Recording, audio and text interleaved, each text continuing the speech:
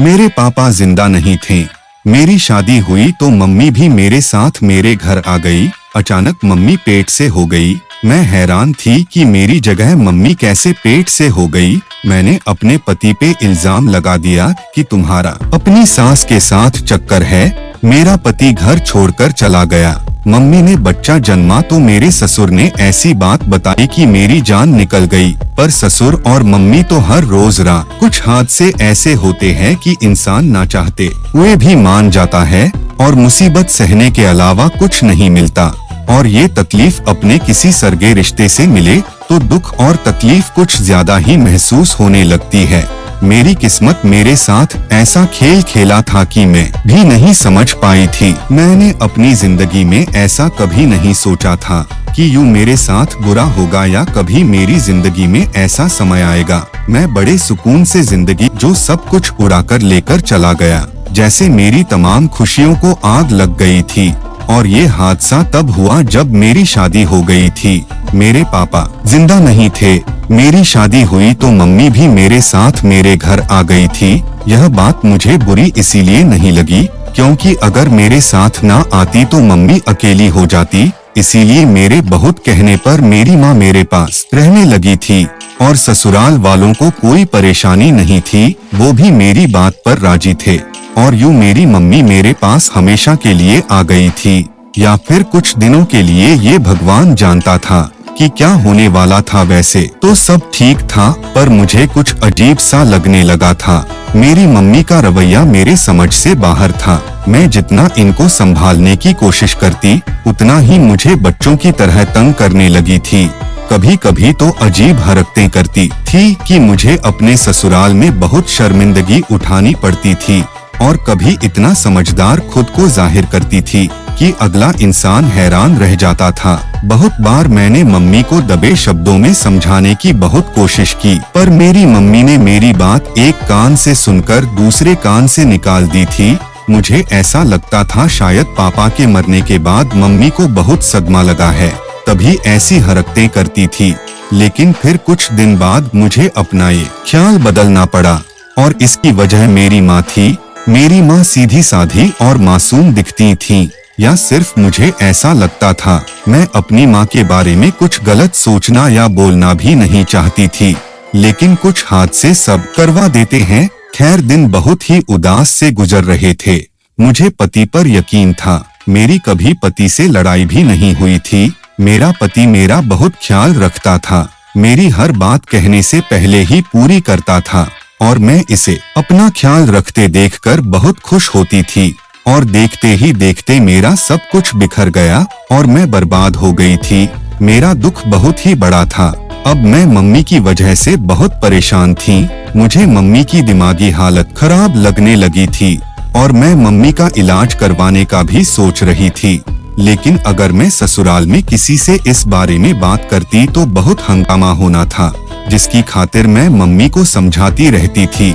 पर मेरी माँ समझे तब ना। मुझे कभी शक भी नहीं हुआ था कि मामला बहुत ही सख्त बिगड़ा हुआ है। मेरे नाक के नीचे कौन सा खेल खेला जा रहा था, मुझे इस बात की भनक भी नहीं पड़ी थी। मैं सबसे ज्यादा अपनी माँ का ख्याल रखती थी और मेरे लिए जरूरी भी था। एक ही तो बेटी थी मैं इनकी, और मैं ही ख्याल नहीं रखती तो कौन रखता। और फिर कुछ साल बाद मम्मी मेरे पति के साथ कुछ ज्यादा ही घुल मिल गई थी। पहले मैंने इग्नोर किया कि चलो दामाद और सास का प्यार है, लेकिन बाद में मुझे इनका ऐसा हंसी मजाक घुलकर मिलकर बैठना कुछ ज्यादा ही अजीब लगने लगा। लेकिन मैंने दिल में शक को जगह नहीं दिया और सब कुछ इग्नोर करती रही। मैं शक में पड़ना नहीं चाहती थी। मुझे ऐसा सोचना भी पाप लगता था। मैं क्या सोच रही हूँ और इस ख्याल को बुरी तरह झिड़क देती थी। मेरे तो गुमान में भी नहीं था कि मेरी मम्मी मेरे साथ कुछ ऐसा करेगी जिसकी वजह से मैं किसी को मुंह दिखाने के काबिल नहीं रहूंगी और ये सब हो जाएगा, जिसके मुझे उम्मीद बिल्कुल भी नहीं थी। काश मुझे पहले पता चल जाता तो मैं ये सब होने ना देती। मुझे अफसोस था कि मैं कुछ ना कर सकी और मुझे उस वक्त पता चला था जब सब कुछ हाथ से निकल गया था और मैं मशरूफ देखती रह गई। मैं अपने माँ बाप की इकलौती औलाद थी। मेरा कोई भाई बहन नहीं था और फिर ऐसे ही कुछ वक्त गुजरा तो मेरी मम्मी अब मेरे पति के साथ ज्यादा लगाव रख रही थी। मुझे रह रहकर बुरा ख्याल आता था कि मेरी माँ क्या कर रही है और किस रिश्ते को क्या से क्या बना रही है। मैं सदमे के अलावा कर भी क्या सकती थी। मैं फिलहाल कुछ बोल नहीं सकती थी। मैं माँ का लिहाज कर जाती थी और इनको कुछ कहने से रुक जाती थी। मैं बिना सबूत ऐसा कुछ करना नहीं चाहती थी। मुझसे अब और ज्यादा बर्दाश्त नहीं हो रहा था। मैं फिर से मम्मी को समझाने लगी, पर मेरी मम्मी बात समझती ही नहीं और कहने लगी कि तुम फालतू में परेशान हो रही हो, मैं अपना वक्त गुजारती हूँ, खुश होना चाहती हूँ। मेरे सामने कुछ जज्बाती होने का ड्रामा किया जिसमें मैं अच्छी तरह फंस गई और मेरा इस वक्त मम्मी की छिपी हुई मुस्कुराहट पर ध्यान नहीं गया था। मुझे कुछ तो शक हो गई थी, पर मेरे अंदर अजीब सी बेचैनी जन्म ले चुकी थी। मुझे ऐसा लगता था कि कुछ गलत होगा या हो गया है। मेरे तो गुमान में भी नहीं था कि इतना घटिया काम भी मेरी माँ कर सकती है। और फिर समय तेजी से गुजरने लगा। मेरी माँ वैसे ही थी और वही हरकती थी। मैं अब कोई रोक टोक नहीं करती थी, बस खामोशी से ये सब देख रही थी। अब तो मम्मी को जहाँ भी जाना होता मेरे पति को साथ लेकर जाती थी। मैं ये बदला देखकर हैरान थी कि ये भी होना था। और फिर कुछ दिन के बाद मम्मी का घर से निकलना कुछ ज्यादा ही हो गया था। हर दूसरे दिन मम्मी का बाहर का चक्कर लग रहा था। मेरे पूछने पर बताती कि मैं फलां के घर गई थी मिलने, तो कभी किसी को देखने। मैं हैरान थी कि अब ऐसे कौन से रिश्तेदार पैदा हो गए थे जिनका मुझे पता ही नहीं था और जिनको पापा के सामने तो कभी जिक्र ही नहीं किया था, जो अब अचानक से सब याद आ गया। मम्मी को मुझे बहलाने का ये सब बहाना था। मुझे अब तक बेचैनी हो चुकी थी। मैं अब पता करना चाहती थी कि मामला क्या है, क्योंकि मम्मी मुझसे कुछ छुपा रही थी। इतना तो पता चल गया था मुझे इनकी घबराहट देखकर। जब मैं इनसे पूछती तो हमेशा ही घबराहट की वजह से यही हालत हो जाती। मैं अब मौके की तलाश में बैठी थी, कुछ मुझे पता चले। और फिर मम्मी का रोज मेरे पति के साथ घूमना, हंसी मजाक करना बढ़ गया था। मैं शक की औरत बिल्कुल भी नहीं थी। मुझे अपने पति पर यकीन था और मम्मी पर भी शक नहीं करना चाहती थी। लेकिन अब हालात मुझे इस मोड़ पर ले आए थे कि मैं ये सोचने पर मजबूर हो गई थी। और फिर मेरे अंदर ये शक बैठ गया। मेरा दिल बेचैन सा रहने लगा था। मैं अपनी इस हाल से परेशान थी और ना ही मैं अपनी हालत को किसी को बताया था और ना ही मैं ये बात किसी को बताना चाहती थी। ससुराल वाले भी मम्मी की हरकतें देख रहे थे और कई बार तो मेरी सास ने दबे शब्दों में मुझसे कहा कि अपनी माँ पर नजर रखो, ये लक्षण ठीक नहीं है। अपने पति को काबू कर लो वरना पछताओगी। और मैं अफसोस से इनको देखकर रह गई थी कि वो क्या बोल के चली गई थी। मुझे इन पर गुस्सा तो बहुत आया था, पर मैं अपने आप पर काबू पा गई थी और मैं शक में चूर हो गई। आगे से बोलती भी तो क्या कहती, जबकि मेरी मम्मी की हरकतें मेरे सामने थी। सास की बातों की वजह से और कुछ मम्मी की हरकतों की वजह से मैं अब परेशान हो चुकी थी और दिन ब दिन चिड़चिड़ी सी हो रही थी। पति से भी कई बार झगड़ा कर चुकी थी और कुछ दिन बाद मैं जब भी सुबह सोकर उठती मेरा सर भारी भारी रहता और सर दर्द होने लगता। मैं हैरान थी कि ऐसा क्यों होने लगा था। रात में जब मैं सोने के लिए लेटती तो एकदम नींद आ जाती और नींद भी इतनी तेज कि बता नहीं सकती। फिर मैंने अपना दिमाग लड़ाया और एक बात से मुझे समझ में आई कि कुछ अजीब हो रहा है जो मुझे पता करना था। अगले दिन मैं सोकर उठी तो हमेशा की तरह मेरा सर भारी और दर्द कर रहा था। मैं बैठी अपना सर दबा रही थी कि मेरी नजर सामने पड़े मेज के ऊपर पड़ी। उस पर कुछ अजीब सी चीज लगी हुई थी। मैंने जब हाथ लगाकर देखा तो मुझे दवाई की तरह दिखने को मिली। अब मैं होशियार हो गई थी। मैं रात को जब भी पानी का जग भरकर रखती तो साथ दूसरा जग भी रखती, ताकि रात के वक्त मैं पता लगा सकूं कि कौन ऐसा करता है। और फिर मैंने कई बार रात के वक्त पति को उठते और जाते हुए देखा। मेरा शक अब यकीन में बदल रहा था। मुझे अपने देखने पर भी यकीन नहीं आ रहा था। और फिर एक रात मम्मी को मैंने अपने कमरे में आते हुए देखा और जग में कुछ मिलाते हुए भी देखा। मैं सोने का नाटक कर रही थी ताकि मैं मम्मी की हरकतें देख सकूं। मम्मी आराम से जग में जल्दी से कुछ मिला दी। जैसे आहिस्ता कदमों से आई थी वैसे ही वापस भी चली गई थी। और ये बात सिर्फ मम्मी को ही पता थी कि मैं रात को पानी पीकर सोती हूँ और उठकर भी पानी पीती हूँ, तभी यह काम किया था। मेरा शक कभी यकीन में बदल जाता तो कभी मुझे शक ही लगने लगता। मेरे तो होश उड़ गए थे। मम्मी को ऐसा करते हुए देखकर मुझे इन पर यकीन ही नहीं हो रहा था कि मेरी माँ होते हुए ऐसा घटिया काम करेगी। मैं खुद नहीं समझ पा रही थी वो ऐसा क्यों करेगी। और फिर कुछ दिन से मैं देख रही थी कि मम्मी खटाई और अचार बहुत खा रही थी। एक दिन मम्मी बेहोश हो गई और फिर अचानक मम्मी प्रेग्नेंट हो गई। ये बात मुझे हॉस्पिटल में जाकर पता चला तो मेरे सर पर आसमान टूट पड़ा और मैं ये जानकर शर्म से पानी पानी हो गई थी। मैं ससुराल में किसी से भी नजरें मिला नहीं पा रही थी और मम्मी तो घबराहट का शिकार थी, मेरा सामना करने से कतरा रही थी। मैं बहुत हैरान थी कि मेरी जगह मम्मी कैसे प्रेग्नेंट हो गई। अब मुझे यकीन हो गया था कि ये बच्चा मेरे पति का है, क्योंकि रात को मैंने बहुत बार अपने पति को उठते हुए भी देखा था। मेरा विश्वास टूट चुका था। मेरे दिमाग में वो सब यादें और सारी की सारी बातें घूमने लगी थी। मेरा गुस्सा अब आखिर को पहुंच चुका था और मैं अपने पति से लड़ पड़ी थी। और फिर मैंने अपने पति पे इल्जाम लगा दिया कि तुम्हारा अपनी सास के साथ चक्कर है और ये सब तुम्हारी वजह से हुआ है। तुमने मुझे धोखा दिया है, मेरा विश्वास तोड़ा है। मैं रोकर थक चुकी थी और फिर लड़ाई के बाद मेरा पति घर छोड़कर चला गया था। मुझे कुछ समझ में नहीं आ रहा था कि आखिर मैं किस पर भरोसा करूं और किस पर ना करूं। मैं अब अपनी जिंदगी से बहुत दुखी हो गई थी और पति का भी कोई अता पता नहीं था कि वो कहाँ गए हैं। लड़कर मैं गम से निढाल थी और मुझे अफसोस भी था कि मेरी माँ ने रिश्तों को खराब किया था और बेशर्मी से मेरे सामने रह भी रही थी। मुझे हैरत थी कि कैसी माँ है जो अपनी ही बेटी का घर तबाह करने पर तुल गई थी। मैं सोच सोच कर पागल हो रही थी। ससुराल वाले मुझे बहुत ही दिलासा देते थे, पर मैं अपने दिल का क्या करती जो अब कोई एहसास साथ नहीं रखता था। मेरे अंदर सब जज्बे खत्म हो गए थे। मैं अब परेशान सी रहने लगी थी।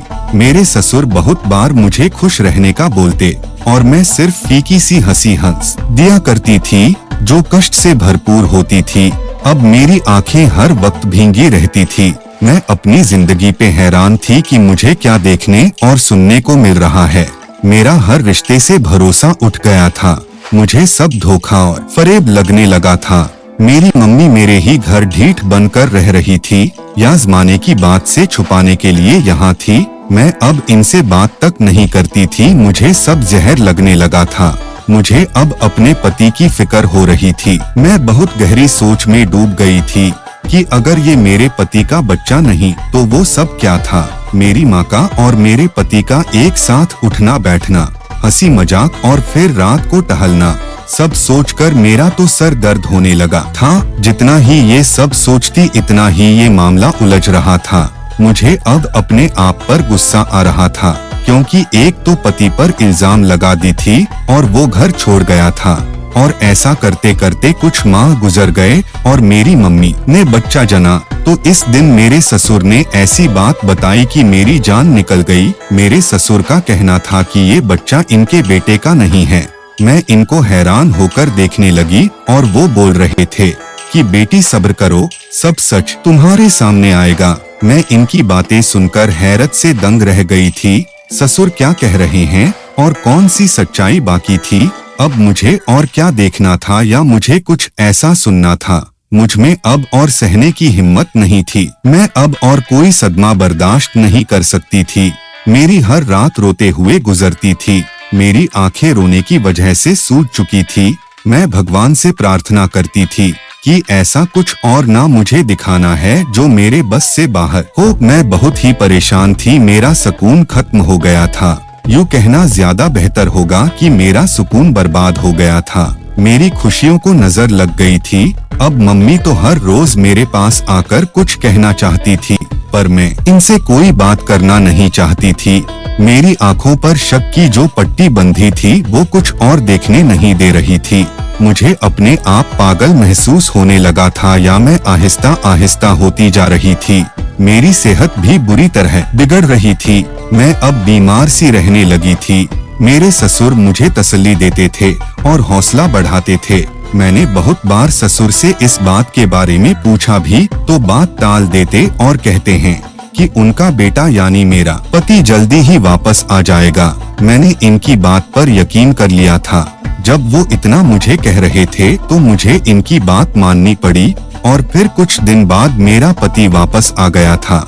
लेकिन मेरी हिम्मत नहीं हुई कि मैं इससे बात कर सकूं या कुछ पूछ सकूं। मुझे कुछ शर्मिंदगी हो रही थी, लेकिन मैं अब भी शक में सवार थी। मैं अब नहीं जानती थी कि मेरे सामने क्या सच आने वाला है। मुझे अब परेशानी ने घेरा था। ससुर और पति की तरफ से बिल्कुल खामोश थी और फिर एक दिन अचानक ससुर ने सच्चाई बता दी, जिसे सुनकर मेरे पाँव के नीचे से जमीन निकल गई थी। मैं सदमे में चली गई थी। मुझे कुछ भी होश नहीं था। मैं बेहोश हो गई थी। मेरे पति ने मुझे संभाला और अस्पताल ले गए। मेरी हालत बहुत ही संजीदा हो चुकी थी। फिर भी भगवान की करम है कि मुझे होश आ गया और मैं फिर भी खामोश रही थी। मुझे अफसोस हो रहा था अपनी माँ को माँ कहते हुए, जिसने मेरी दुनिया ही उजाड़ दी थी। और इस औरत की वजह से मैं अपने पति पर शक कर रही थी, जिसका कोई कसूर नहीं था। वो तो वैसे ही मेरी माँ के साथ इज्जत और सम्मान के साथ पेश आता था, जो मुझे शक की वजह से दिखाई नहीं देता था। मुझे अब रह रहकर शर्मिंदगी हो रही थी। अपनी माँ की सच्चाई जानकर मैं ये सोच भी नहीं सकती थी कि मेरी माँ ऐसी होंगी या इतना बुरा करेगी। माँ ने सिर्फ अपना सोचा था और इतना घटिया काम किया था। यह औरत मेरी तू जो कहने को मेरी माँ थी, लेकिन माँ वाली कोई खासियत नहीं थी। मेरे ससुर ने जो सच्चाई मुझे बताई वो जानकर मेरा कहीं भाग जाने को दिल कर रहा था कि कहीं भागकर मैं छुप जाऊं। मुझे ये सच बहुत सख्त तकलीफ दे रहा था। मेरी माँ ने मेरे पापा को जहर देकर मारा था और फिर छुपकर किसी से शादी कर ली थी और इसी से प्रेग्नेंट भी हो गई थी। और रात को मुझे और मेरे पति को नींद की दवा देती थी कि हम इनके राज को ना जाने और बाहर जाते हुए ना देख लें और इनका काम आसानी से होता रहे। इतना बड़ा धोखा, जुल्म, कत्ल, ये सच मेरी जान ले रहा था। मेरी दुनिया उजाड़कर मुझे यतीम करके कैसे खुद अपना घर बसा लिया था और मेरे सामने कैसे मासूम बनती थी। मुझे रह रहकर वो दिन याद आए थे जो मेरी माँ ने ड्रामा रचाया था। मेरे पापा की मौत पर गम और दुखी होने का नाटक करना, फिर मेरी शादी जल्दी करना और मेरे साथ ही मेरे ससुराल में रहना, सब मुझे याद आ रहा था। कैसे कैसे मेरी माँ ने सहारा लिया था और मुझे समझ नहीं आया था कि मेरी माँ रोज भाग भाग कर घर से बाहर क्यों जाती थी और मुझसे क्यों झूठ बोलती थी। मेरी नजरों से तो वो अब गिर चुकी थी, क्योंकि मेरा मान तोड़ा था उन्होंने। मेरे सर से मेरे बाप का साया भी छीना था। मैं अब इन्हें कभी माफ नहीं करने वाली थी। ये यूं तो माफी के काबिल भी नहीं था। मेरा रवैया इनके साथ सख्त हो चुका था और एक दिन मैंने इनको बता दिया कि मैं इनकी सच्चाई जान गई हूँ। मेरी ये बात सुनते ही उनका रंग उड़ गया था और घबराहट में इनके चेहरे पर पसीना आ चुका था। मैं इनको देखना भी नहीं चाहती थी और मैंने इनसे जाने का बोल दिया, लेकिन वो बाद में मुझसे माफी मांगती रही। अब वो मुझसे नजरें मिलाने के काबिल नहीं थी। भला हो मेरे ससुर का, जिन्होंने मेरे जाने बगैर ही मेरी माँ की जासूसी की थी और सब सच्चाई मेरे सामने लाकर रखी थी। अगर ये सच्चाई मेरे सामने ना आती तो मैं शक में ही मारी जाती और अपने पति को ही कसूरवार समझती रहती। मेरे ससुर ने अपने बेटे से कुछ नहीं पूछा था। मैं अपने पति से सामना नहीं कर पा रही थी और फिर मैंने इनसे अपने किए की माफी मांग ली। मेरे पति का धन्यवाद, उसने मुझे माफ कर दिया, वरना कौन मर्द ऐसे इल्जाम पर माफ करता है। मेरे पति को मेरे हालात के बारे में मालूम था, तभी वो मुझे माफ कर चुके थे और मेरा ख्याल रखने लगे थे जैसे पहले रखते थे।